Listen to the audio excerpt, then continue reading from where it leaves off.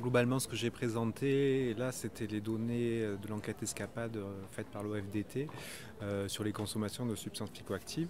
Donc, c'est des données qui sont relevées depuis l'an 2000. Donc, on a un recul maintenant sur cette évolution des consommations chez les jeunes de 17 ans.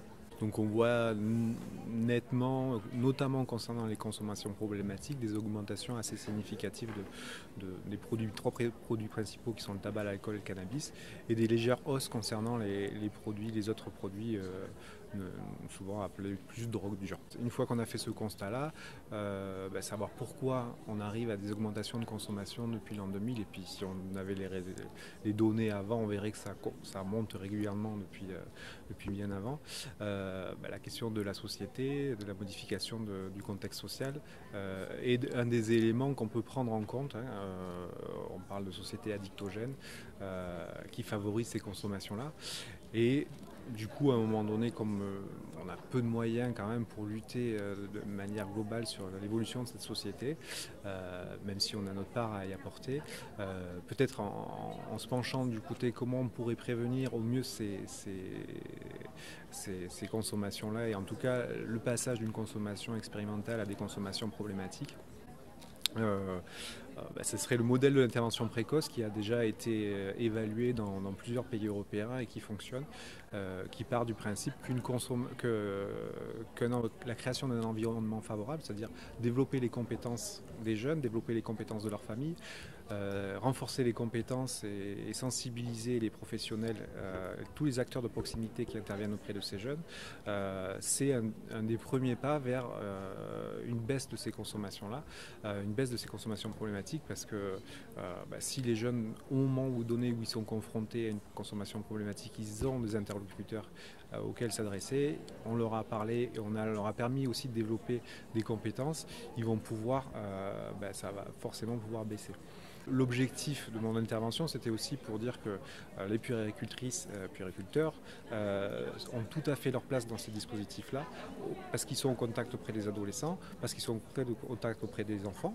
Ça commence là, la prévention et le développement des compétences des enfants, et au contact de leur famille. Mieux accompagner une famille, mieux accompagner un adulte qui a des problèmes de consommation quand il est en position de parentalité, c'est des choses qui vont favoriser la baisse, on imagine, de ces consommations problématiques. Déjà, il faut faire peut-être un travail sur ses connaissances à soi, essayer de travailler un peu sur ses représentations. On a tous des représentations concernant les produits qui nous viennent de la société, qui nous viennent de notre éducation, de notre enfance, de ce qu'on a appris nous à l'école, ce qu'on a appris à l'école d'infirmiers ou d'éducateurs ou des choses comme ça, où on se place du côté c'est des produits dangereux, donc il ne faut pas les consommer.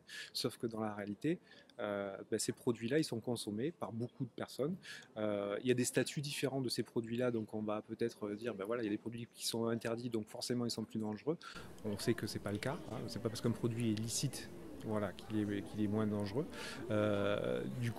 Travailler sur ces représentations-là, ça va permettre d'avoir un regard un petit peu différent sur ceux qui consomment, prendre en compte vraiment les gens qui sont le plus en difficulté, peut-être pouvoir repérer aussi des situations avant vraiment qu'il y ait des problèmes qui se posent, et réfléchir avec tous les acteurs qui interviennent auprès de ces jeunes et de leurs familles pour savoir comment prendre en charge ces questions-là. Donc c'est vraiment ce travail collaboratif de partenariat, de développement de cet environnement favorable. Alors c'est le professionnel de santé, mais c'est aussi tout l'entourage des jeunes, c'est les acteurs de loisirs, les centres d'animation, les centres de loisirs, l'école, voilà, tous ceux qui sont auprès des enfants et leurs familles qu'il faut pouvoir toucher autour de ces questions-là.